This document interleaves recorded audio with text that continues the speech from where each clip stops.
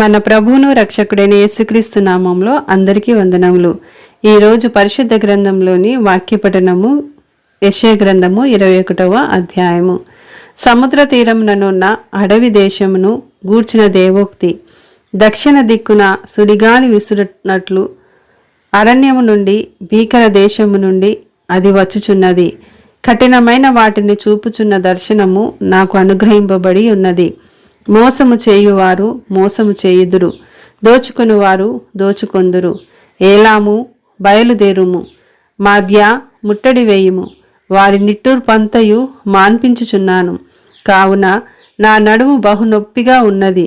ప్రసవించు స్త్రీ వేదన వంటి వేదన నన్ను పట్టి ఉన్నది. బాధ చేత నేను వినలేకుండా ఉన్నాను, విభ్రాంతి చేత నేను చూడలేకుండా ఉన్నాను. నా గుండె తటతట కొట్టుకొనుచున్నది. మహాభయము నన్ను కలవరపడుచుచున్నది. నాకిష్టమైన సంధ్యవేళ నాకు భీకరమాయెను. వారు భోజనపు బల్లను సిద్ధము చేయుదురు, తివాసీలు పరతురు, అన్నపానములు పుచ్చుకొందురు. అధిపతులారా, లేచి కేడములకు చమురు రాయుడి. ప్రభువు నాతో ఇట్లనెను, నీవు వెళ్ళి కావలి వాని నియమింపుము. అతడు తనకు కనబడు దానిని తెలియచేయవలెను.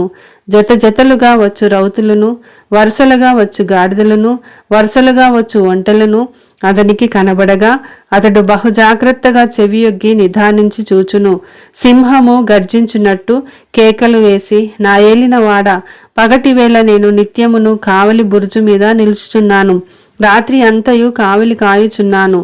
ఇదిగో జత జతలుగా రౌతుల దండు వచ్చుచున్నది అని చెప్పెను.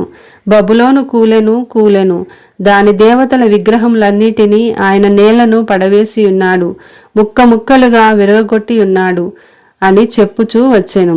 నేను నూర్చిన నా ధాన్యమా, నా కళ్ళములో నూర్చబడిన వాడా, ఇశ్రాయేలు దేవుడును సైన్యములకు అధిపతియునగు యెహోవా వలన నేను వినిన సంగతి నీకు తెలియజెప్పి ఉన్నాను. ధూమాను గూర్చిన దేవోక్తి. కావలివాడ, రాత్రి ఎంత వేలైనది, కావలివాడ, రాత్రి ఎంత వేలైనది అని ఒకడు షేయూరులో నుండి కేకలు వేసి నన్ను అడుగుచున్నాడు.